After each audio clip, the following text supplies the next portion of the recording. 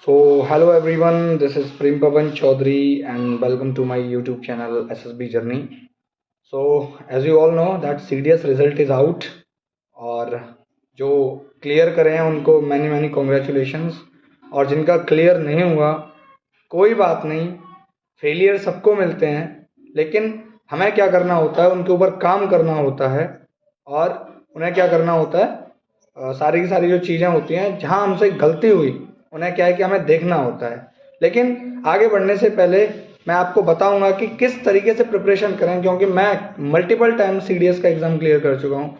किस तरीके से तैयारी करें उससे पहले let's start the intro. Bharat माता तेरी कसम, तेरे रक्षक रहेंगे हम, वंदे मातरम, वंदे मातरम, वंदे।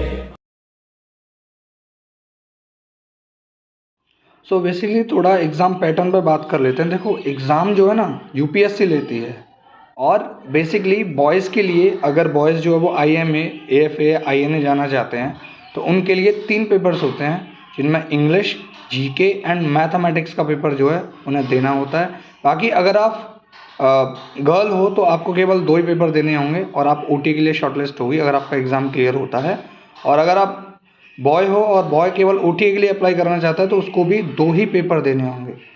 तो let me tell you that what books should be followed by you to prepare this examination. So guys, you know NCERT भाई इंडिया फेमस बुक हैं। NCERT पढ़ो, जितना हो सके आप NCERT पढ़ो। क्या पढ़ो? NCERT केवल। मैं सबसे यही बोलता हूँ क्योंकि मैं खुद NCERT ही पढ़ता हूँ। देखो अभी भी यूपीएससी ने पैटर्न चेंज किया इस वाले एग्जाम में 2024 में। डू यू नो गाइस कहाँ से क्वेश्चंस आए थे? NCERT से। तो मैं बोलना चाहूँगा जो जीके का पेपर है ना, आप NCERT से ही तैयार करिए। बाकी करंट अफेयर्स के लिए कुछ यूट्यूब चैनल्स हैं, आप उन्हें फॉलो कर लीजिए, वहाँ से आपकी करंट अफेयर हो जाएगी। थोड़ा पहले इंग्लिश के पेपर पे आते हैं। मैं आपको इंग्लिश के पेपर में क्या होता है कि ये 120 क्वेश्चंस आते हैं, 100 मार्क्स का होता है और पर क्वेश्चन की जो मार्किंग होती है वो 0.833 होती है। तो इंग्लिश आप तैयार करिए। मैं रिकमेंड करना चाहूँगा आप एसपी बख्शी की बुक से, एसपी बख्शी की बुक, क्योंकि इस बार यूपीएससी ने पैटर्न चेंज किया और जो फॉरेन वर्ड्स डाले ना भाई, वो सारे के सारे मेंशन है, यानी कहीं ना कहीं बहुत ही वाइडली इस बुक में दिया हुआ है इंग्लिश जो है, तो आप इसे फॉलो कर सकते हैं। बाकी जीके के लिए साइंस तो भाई 9th और 10th पढ़िए, उससे अलग कुछ पढ़ना नहीं है आपको साइंस के लिए। और पॉलिटी, हिस्ट्री, ज्योग्राफी भाई 11th क्लास की ज्योग्राफी आप चार्ट के डाल दीजिए दोनों, फिजिकल एंड इंडियन ज्योग्राफी। बाकी पॉलिटी 11th क्लास की पॉलिटी पढ़िए आप, या आप फॉलो कर सकते हैं। वैसे मैं तो 11th क्लास की जो NCERT की जो पॉलिटी है मैं उसे ही रिकमेंड करूँगा, लेकिन आप जो है फॉलो कर सकते हैं। आपकी जो लक्ष्मीकांत की बुक है वो काफ़ी बड़ी बुक है, वो सिविल सर्विसेज वाले फॉलो करते हैं, लेकिन कहीं ना कहीं सिविल सर्विसेज वाले पहले उसको ही पढ़ते हैं जो 11th क्लास की NCERT है पॉलिटी की। ओके।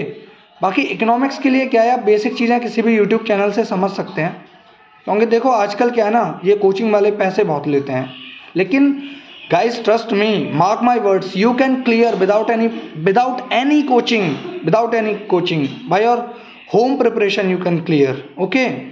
तो आप NCERTs फॉलो करिए और सारे के सारे NCERTs नहीं पढ़नी है। जैसे 11th क्लास की पॉलिटी की NCERT पढ़नी है, 11th क्लास की ज्योग्राफी की NCERT पढ़नी है, दोनों ही। हिस्ट्री जो है आपकी 12th क्लास की NCERTs पढ़नी है, आपकी आर्ट एंड कल्चर वाली भी और आपका एंशिएंट, मिडिवल और मॉडर्न वाली, तीनों। इकोनॉमिक्स आप किसी भी यूट्यूब चैनल से बेसिक्स क्लियर कर लीजिए। बाकी आप करंट से जो है, करंट अफेयर्स जो भी होते हैं, इकोनॉमिक सर्वे रिलेटेड और जो भी बजट वगैरह आता है, आप उसे पढ़ लीजिए, ठीक है। उससे ही आपका क्या है ना, पेपर क्लियर हो जाएगा, ठीक है। तो हमने जाना कि किस तरीके से क्या क्या स्ट्रेटेजी होनी चाहिए। भाई देखो सुनो, स्ट्रेटेजी में एक चीज़ और ऐड कर लो, प्रीवियस ईयर क्वेश्चंस को क्या कि आपको एनालाइज करना है, उनको ढंग से कर लेना है और you need to do much and more practice, क्योंकि practice is very require element, ठीक है। एक बारी को कम पढ़िए, लेकिन आप जितना पढ़ रहे हैं आप उसे मैक्सिमम रिवाइज करिए, जितना पढ़ रहे हैं मैक्सिमम रिवीजन करिए, मिनिमम रिसोर्स रखिए, मैक्सिमम रिवीजन करिए। और क्वेश्चन प्रैक्टिस जितने हो सकते हैं वो करिए, आपका डेफिनेटली एग्ज़ाम क्लियर होगा। Okay, so that was the strategy to prepare for the serious examination.